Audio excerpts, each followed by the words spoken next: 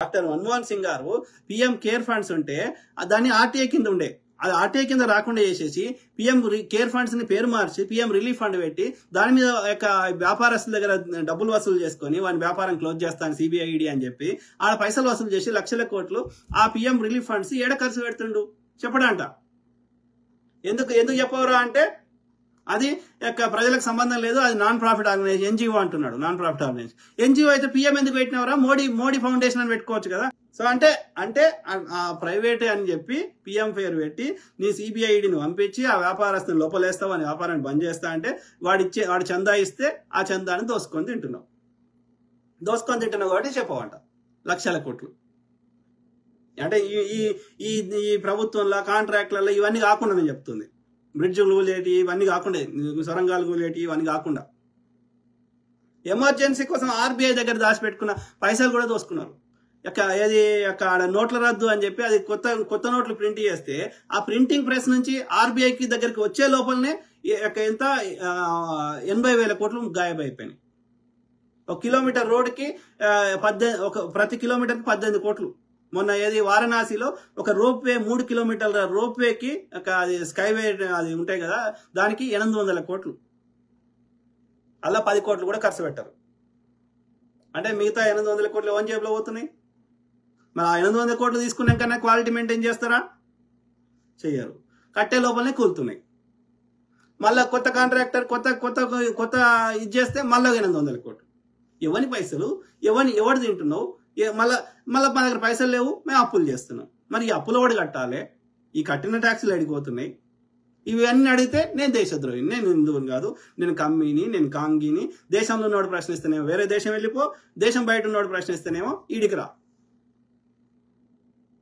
So కాబట్టి ఆలోచించమని ప్రాధేయపడుతున్నా. Okay, అందుకే నేను ప్రతిసారి చెప్తా, చదువుకుంటారు అయ్యా, చదువుకోండి. 10-12 చదివితే చదువు కాదు, అది 10-12 చదివితే చదవనంతోడే సమానం. 15-16 చదవండి.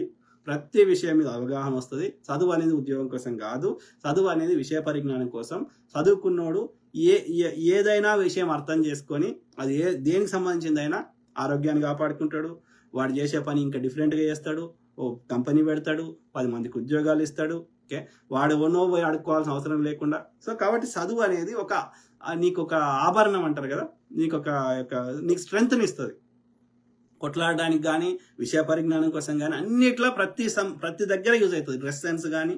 కాబట్టి చదువు మనం ఒక ఏజ్ తర్వాత ఆ మోటివేషన్ రాదు, చదువుకోవాలనిపించదు. కానీ అట్లీస్ట్ ఏ పని చేసైనా, అడుక్కదినైనా సరే, ఓకే, నాకు పాచి పని చేసైనా సరే, గ్రామీణ ప్రాంతం కానీ పట్టణ ప్రాంతం కానీ బస్తీ కానీ చదువుని మాత్రం 15వ తరగతి చదువుదాకా, రాకపోతే ఏం చేస్తాం, 4 సార్లు చదువుతాం, ట్యూషన్ సహాయం తీసుకుంటాం, ట్యూషన్ చెప్పించుకుంటాం.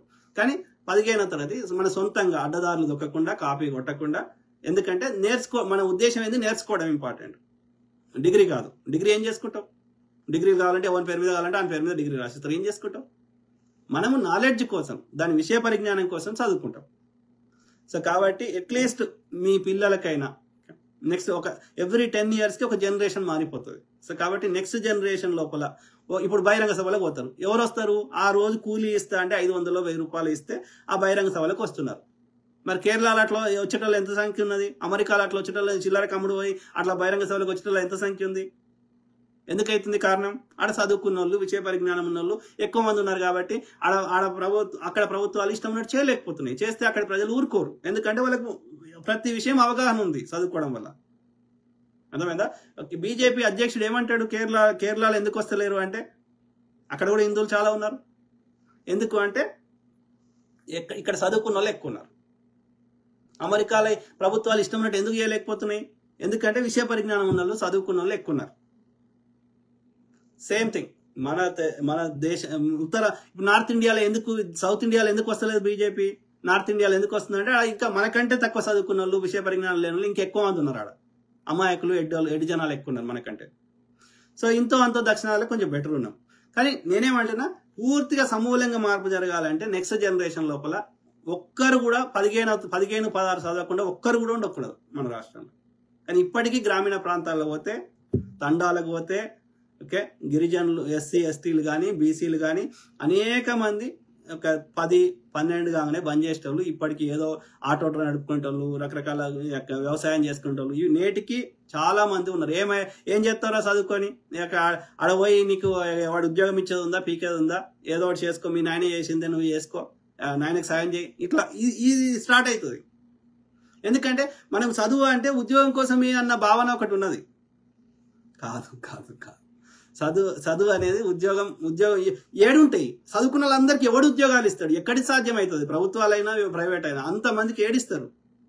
కానీ చదువుకోవడం వల్ల నువ్వు చేసే పని డిఫరెంట్గా చేస్తావు. వ్యవసాయం కూడా డిఫరెంట్గా చేస్తావు. వ్యవసాయం కూడా అదే మూస పద్ధతిలో అదే సేమ్ మీ నాయన ఏం చేసిండో, మీ తాత ఏం చేసిండో అదే వరి వేసి అట్లనే నష్టం చేసుకొని అప్పులు తెచ్చి మళ్ళీ ఆ అప్పులు కట్టలేక ప్రభుత్వాలు సాయం చేసి ఇదే ప్రాసెస్ ఉంటుంది. ఆడికాడికి నడుస్తుంది బండి. ఇట్లా కాకుండా ఇప్పుడు కమర్షియల్ క్రాప్స్ ఏం వేయచ్చు, లేకపోతే రకరకాలు వేయచ్చు, పంట మార్పిడి ఏం చేయొచ్చు. అందులో అగ్రికల్చరే ఒక పెద్ద సైన్స్. అది చదువుకుంటే వాడు ఎనఫ్ రీసెర్చ్ చేసి ఎకరం పొలంలో కూడా కోట్లు సంపాదిస్తారు. కొంతమంది ఒక ఆయన బీరకాయలు పెట్టి సంపాదిస్తుండు. రాజస్థాన్లో ఒక ఎడారి ప్రాంతంలో వాళ్ళకి ఎకరమే ఉంది, ఎకరంలో 6 కోట్లు సంపాదిస్తారు. రకరకాల అన్ని రకాల పండ్ల అని పెట్టేసి. ఎందుకని? వాళ్ళకి పూర్తి అవగాహన ఉంది. కారణం వాళ్ళకి చదువుకోవడం వల్ల. కాబట్టి చదువు అనేది ఒక ఆభరణం. సో అది కాబట్టి మీరు ఎవ్వరికి అనిపించినా సరే మనం దేశ సేవ చేయాలంటే ఏదో పారెత్తాలి పలిగెత్తాల్సిన అవసరం లేదు. అందరు చదువుకునేటట్టు మనం చదువుకునే వాళ్ళకి సహాయం చేసినా, వాళ్ళకి చదువుకోమని మనం ఎంకరేజ్ చేసినా, మనకి ఏదైనా కనిపిస్తే మన చుట్టుపక్కల, అదే పెద్ద దేశ సేవ.